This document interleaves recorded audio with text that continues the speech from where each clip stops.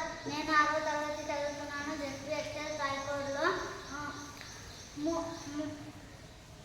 స్నేహబంధం పాఠంలో కథ చెప్పబోతున్నాను. ఒక అడవిలో కాకి, ఎలుక, తాబేలు స్నేహంగా కలిసిమెలిసి ఉండేవి. కాకి పేరు లఘుపతనకం, ఎలుక పేరు హిరణ్యకం, తాబేలు పేరు మంతరకం.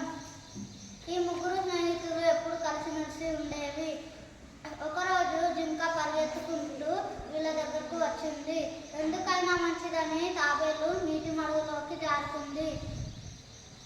ఎలుక కన్నంలోకి దూరింది. కాకి చెట్టు మీదకి ఎగిరింది. కాకి చుట్టూరా చూసింది. పారిపోవాల్సిన ఏమీ లేదని స్నేహితులను బయటికి రమ్మన్నది. తాబేలు మడుగులో నుండి జింక దగ్గరకు వచ్చింది. ఎలుక కన్నంలో నుండి బయటకు వచ్చింది. కాకి నేల మీద వాలింది.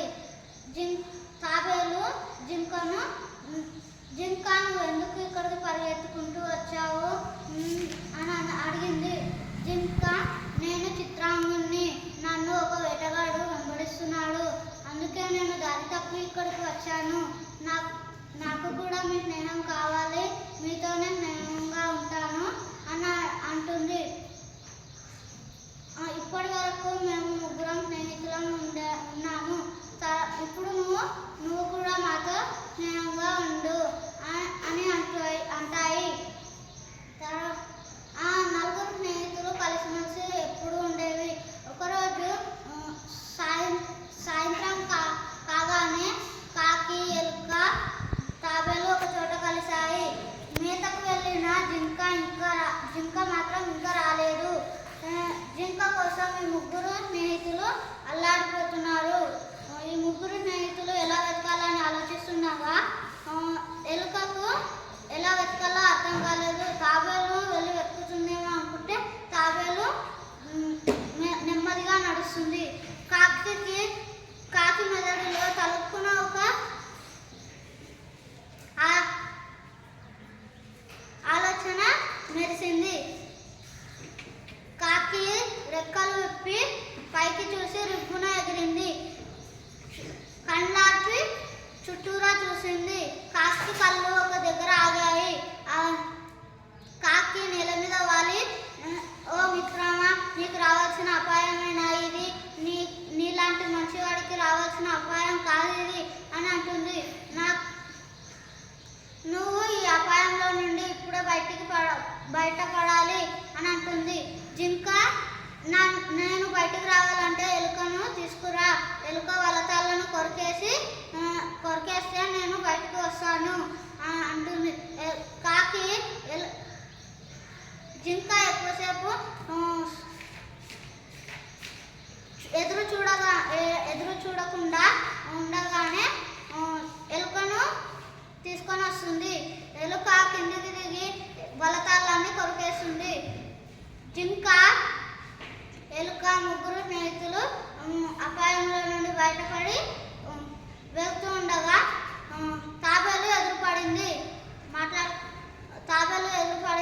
ఎలుక, నువ్వు ఎందుకు ఇక్కడికి వచ్చావు అని అడిగింది. ఇప్పుడే కదా జింకను అపాయంలో నుండి బయటకు తీసుకొని వస్తున్నాము, మళ్ళీ నువ్వెందుకు ఇక్కడికి వస్తున్నావు అని అడిగింది. తాబేలును అడిగింది. అంటే అపాయాలు ఎప్పుడు వస్తూ ఉంటాయి అని అంటుంది. అంటే జింక 6 ఏళ్ల వయసు ఉన్నప్పుడు ఒక వేటగాడు తనను పట్టుకొని ఒక రాజకుమారునికి ఇచ్చాడు. రాజభవనంలో నేను స్వేచ్ఛగా తిరిగాను. ప్రజలు మాట్లాడుకుంటుండగా నేను వాళ్ళ దగ్గర కూర్చొని వినేదాన్ని.